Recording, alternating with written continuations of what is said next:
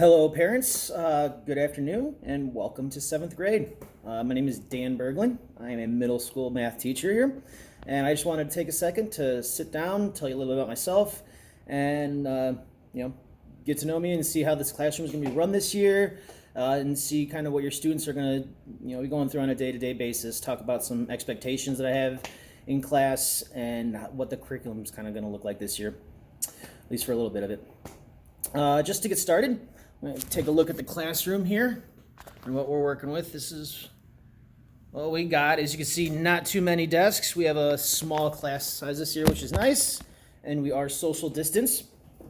In seventh grade, we are working with the new block schedule, so each class is about 2 hours and 15 minutes twice a week.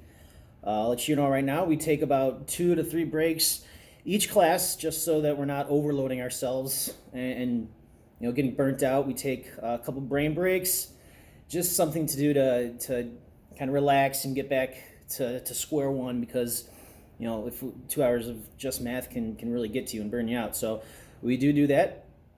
Also, I try to make activities as entertaining, engaging as possible, still maintaining that educational factor. I do a lot of around the room activities that get us out of our seat, moving around, again, while still abiding by social distancing guidelines. But just different ways for us to get out or get up, move our feet, and just be engaged in that way, so that we're not just sitting in our chair for 2 hours every day.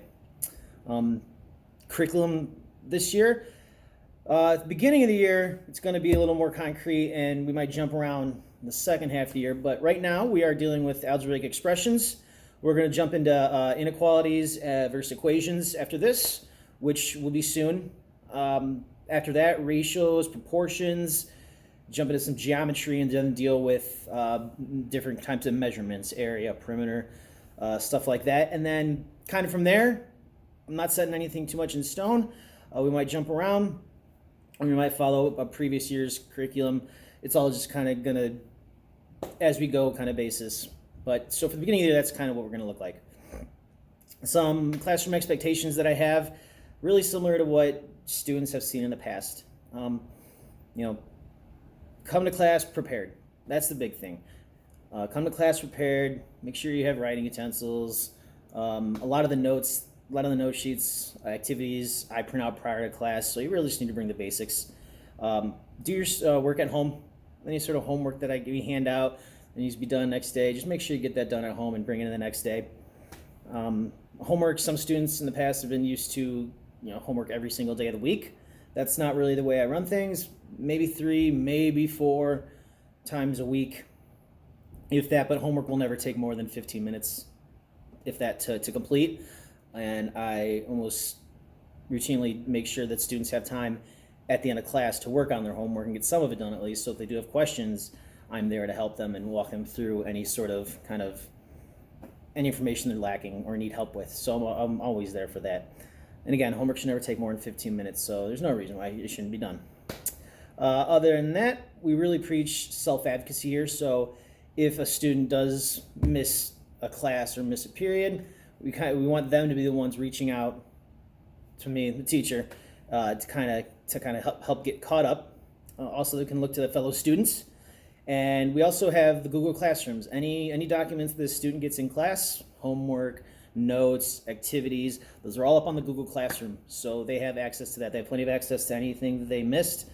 And again, we just preach self-advocacy. So kind of leave it on them to help themselves get caught up.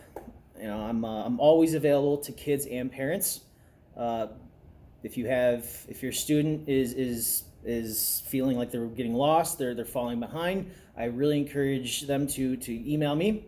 So we'll set up a Zoom after class. I have nothing but time after my hands, so any time that a student feels the need that they're falling behind, I encourage them to reach out to me to kind of help get caught up. And I have no problem doing one-on-one Zooms with the students and going over assignments, going over notes, reteaching things that needed to be taught. I'm always here to do that. And parents as well, if you have any comments, concerns, or anything you feel like you need me to know about your student, I absolutely encourage you to reach out to me and we can have that conversation. So other than that, Thank you so much. I look forward to meeting and seeing you guys in person. Hopefully, this will all pass. We'll get back to business as usual sooner rather than later. Other than that, thank you so much. Take care.